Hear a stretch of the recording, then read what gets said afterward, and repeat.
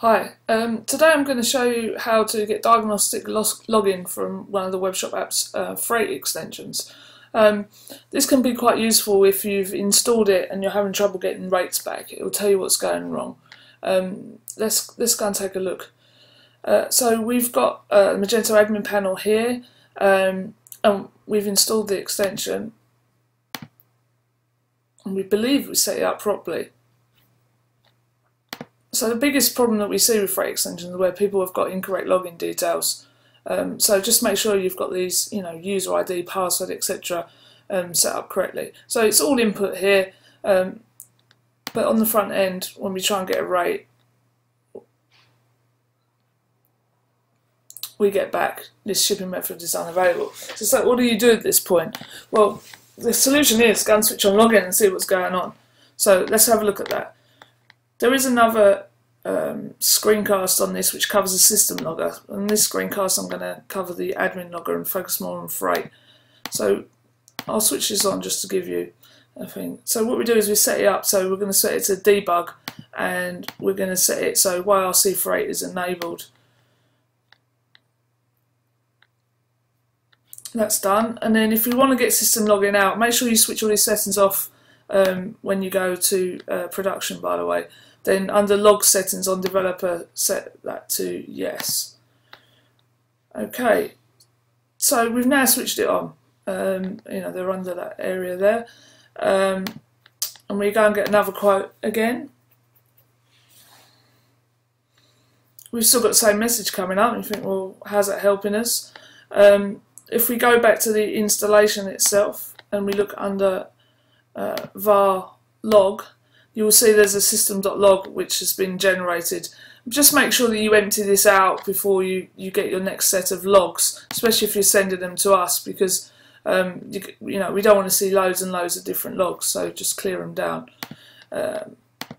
Okay, so in the admin panel, the place that you can see it if you want to view it yourself is under System WebShopApps View Logs. Okay, so you can see here where we've got these warnings where it's basically saying no rates found and request response, and you can get some information out of it. So the request is logged there, which is what's sent in, so it shows you what you're actually sending in, and then this is the response that comes back, and you can see here it's coming back saying business ID is invalid, so we have a problem there. So let's just go back to the shipping methods and correct the business ID and then see if it fixes it. You see you get so much more information. Okay, and then the other thing we'll do, and you should always do this just to keep it clear, is destroy all the logs that are there currently so it's completely empty. If you're logging out to here, then do the same thing. Okay. And let's take another look and see what it says. Okay, so it's still failing. So we refresh this page, and then let's see what the response says this time.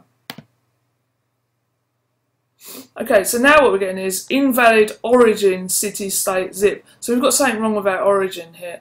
So let's go and check that. Okay, so for YRC freight, it requires a city as well. It's always good to put city in. So let's do that. Okay, and then do the same thing again.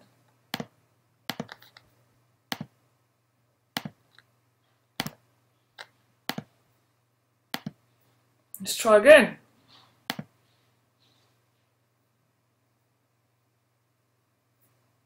Superb, now we have rates. So we can refresh this again. If you actually want to check out what the rates are, then you should be able to just view them.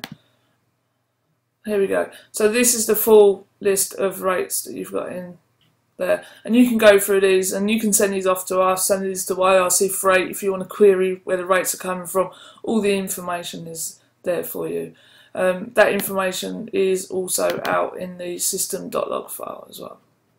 So that makes it handy for sending. Just make sure you clear down the logs, switch off all the debugging before you go into production, because it will fill up your database and your file system.